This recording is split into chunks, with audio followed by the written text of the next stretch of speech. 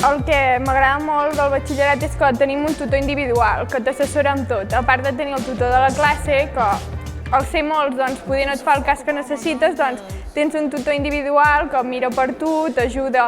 Des de quart d'ESO ens van ajudar molt, ens van parlar de totes les opcions que teníem, tant de fer els diferents tipus de batxillerat, com de fer els múltiples cicles formatius que hi ha, i jo em vaig decantar per el social. Soc de batxillerat tecnològic, porto a l'institut durant 4 anys.